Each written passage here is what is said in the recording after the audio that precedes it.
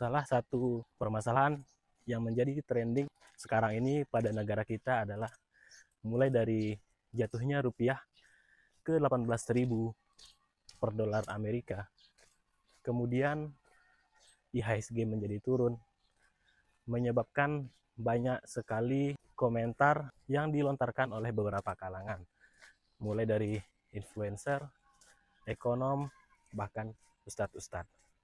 Menariknya Indonesia ini adalah penganut 90% yang beragama Islam. Sehingga pernyataan atau komentar dari beberapa golongan pemuka agama itu sangat-sangat berpengaruh. Baik, kita fokus kepada pernyataan yang dikeluarkan oleh ustadz-ustadz khususnya dari agama Islam.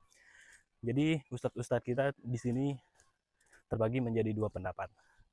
Yang pertama adalah bisa kita bilang ustadz yang pro kepada pemerintah dan ustadz yang bisa kita bilang bertentangan dengan pernyataan tersebut. Ustadz-ustadz yang tanda kutip yang disukai oleh pemerintah berkomentar bahwa rizkimu sudah diatur, walaupun dolar 20.000, 18.000, bahkan 25.000, kalau belum rezekinya habis, ya kan belum meninggal dunia. Nah, sedangkan ustadz-ustadz yang tanda kutip tidak setuju dengan pendapat itu bilang bahwa mengkritisi pemerintah tersebut adalah salah satu bagian dari amar ma'ruf dan nahi mungkar. Nah, saya tertarik melihat fenomena tersebut. Mengapa ada ustadz yang berpendapat A dan mengapa ada ustadz yang berpendapat B? Setelah saya melihat beberapa pendapat beberapa ustadz tersebut, saya mengambil sebuah kesimpulan bahwa satu pendapat yang dikeluarkan oleh ustadz itu sangat berpengaruh terhadap latar belakang pendidikannya. Dalam konteks tempat di mana mereka mengenyam pendidikan. Jadi ustadz yang berpengaruh di Indonesia ini bisa kita bagi menjadi dua kelompok. Yang pertama adalah ustadz yang belajar di Arab Saudi. Yang kedua adalah pendapat ustadz yang belajar di, bisa kita bilang, di Mesir, di Suriah, dan Yaman. Intinya di luar Arab Saudi. Nah, sebagian besar ustadz-ustadz yang berpendapat bahwa kita tidak boleh mengkritik pemerintah, kita harus bersabar, adalah statement yang dikeluarkan oleh ustadz-ustadz yang pernah belajar di Arab Saudi.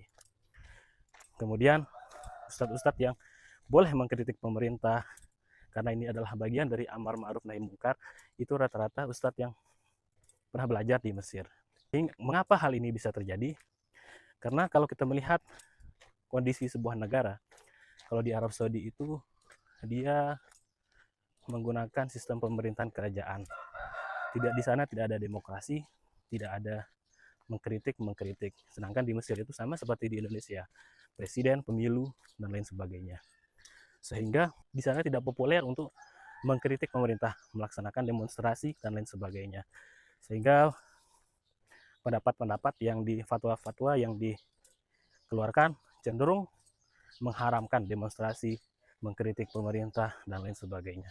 Sedangkan ulama-ulama yang berada di Mesir, karena di sana ada pergerakan muslimin juga di sana, boleh mengkritik pemerintah. Yang tidak boleh itu merusak dan lain sebagainya.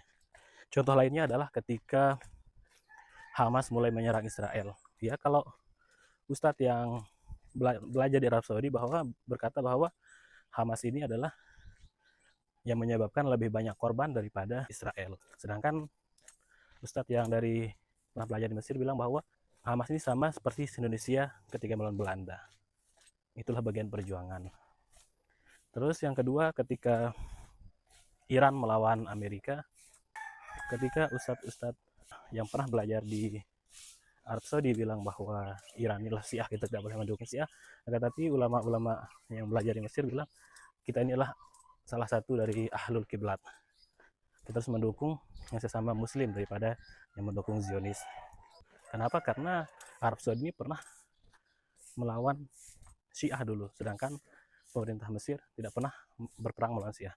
Jadi latar belakang sejarah itu sangat berpengaruh terhadap pendapat-pendapat yang telah dikeluarkan oleh ustadz-ustadz. Hal ini juga terjadi dulu ketika zaman Imam Malik dan Imam Abu Hanifah. Imam Malik ini dia tinggal di Madinah. Di Madinah itu penuh dengan hadis-hadis banyak. Imam Malik bertemu dengan anak-anaknya para sahabat, generasi tabi'in, tabi'in, sehingga pendapatnya cenderung kepada berdasarkan hadis. Kemudian Imam Abu Hanifah itu tinggal di Irak, jauh dari Madinah. Hadis sangat sedikit zaman dulu yang nyampe ke Irak, sehingga Imam Abu Hanifah sangat terkenal dengan logikanya, tentu berdasarkan hadis yang diterimanya. Jadi hal ini sangat wajar. Kesimpulannya adalah, kalau teman-teman besok mendengar ada ustadz yang berpendapat A, berpendapat B, tidak perlu lagi merasa kaget. Kenapa? Tinggal kita melihat latar belakangnya, pendidikannya di mana. Kalau pendidikannya di Arab Saudi, jadi kita wajar, oh ini biasanya tidak populer di Indonesia, karena di Indonesia berbeda sistemnya dengan di Arab Saudi. Contohnya hadis yang berdalil bahwa kita harus sabar, kita harus bersyukur, itu memang hadis sahih. Akan tetapi ustadz yang mengeluarkan pernyataan itu pasti tahu ketika dulu kisah zaman Nabi Yusuf, 7 tahun panen, 7 tahun paceklik. Nabi Yusuf tidak bilang kenapa kita harus bersyukur dan bersabar. Justru dia melakukan strategi brilian untuk menghadapi krisis tersebut.